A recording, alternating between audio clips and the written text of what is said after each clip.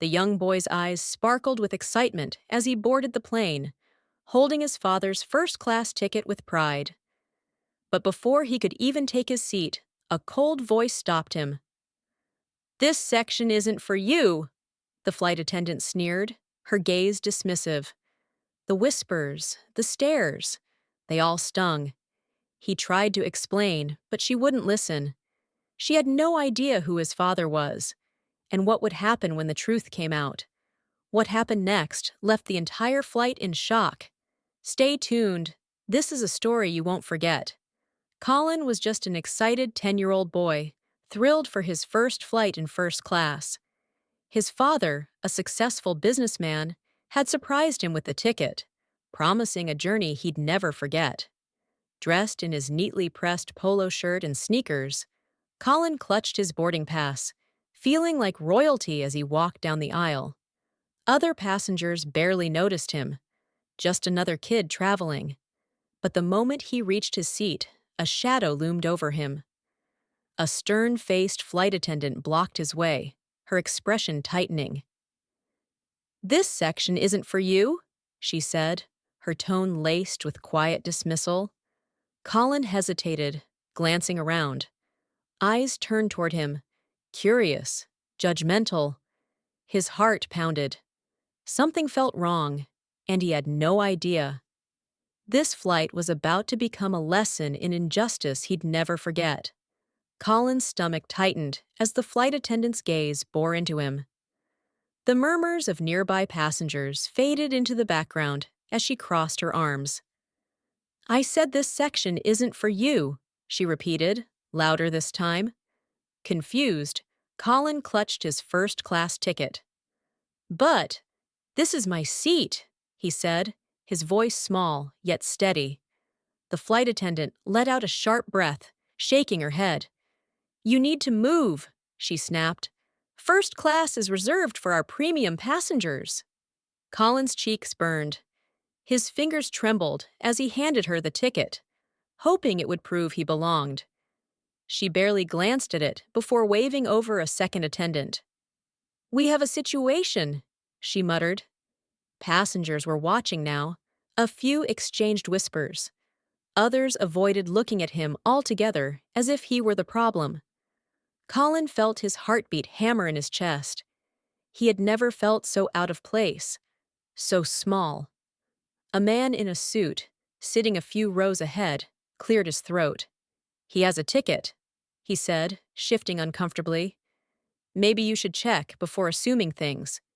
The flight attendant stiffened, her lips pressed into a thin line. With a reluctant sigh, she snatched the ticket from Colin's hand and examined it properly for the first time. Her face paled. Colin waited, unsure of what would happen next.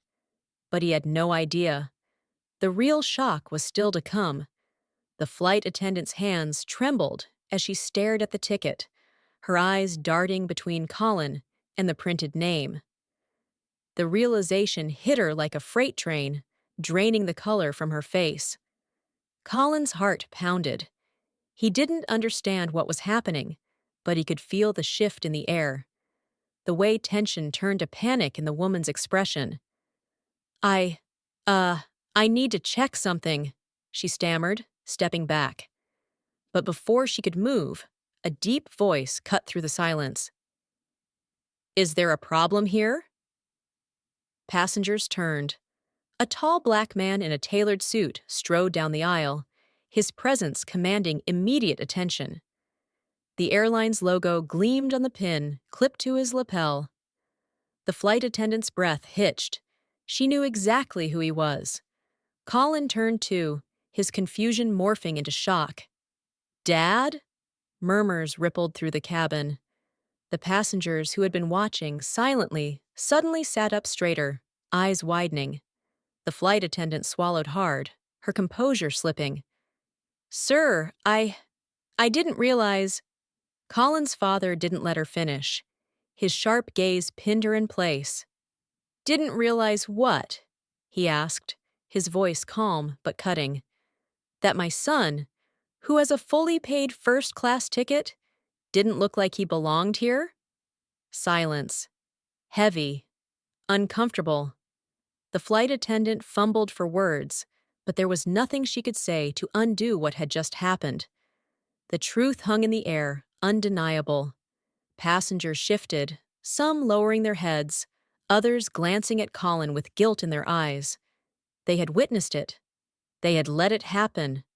Colin exhaled, his hands finally unclenching from the armrest. This moment wasn't just about him anymore. It was about exposing something much bigger. And as his father stared down the woman who had tried to make his son feel small, the weight of that truth settled over everyone. Colin sank into his first-class seat, but the weight of what had happened clung to him. He had come on this flight expecting comfort, yet instead, he had been forced to prove his worth. His belongings. His father remained standing, his powerful presence making the flight attendant shrink back. "Do you know how many times I've seen this happen?" he asked, his voice measured but firm. "How many times do people like you assume that we don't belong?" The flight attendant's lips parted, but no words came. What excuse could she give? Passengers looked away, ashamed. Some muttered apologizes.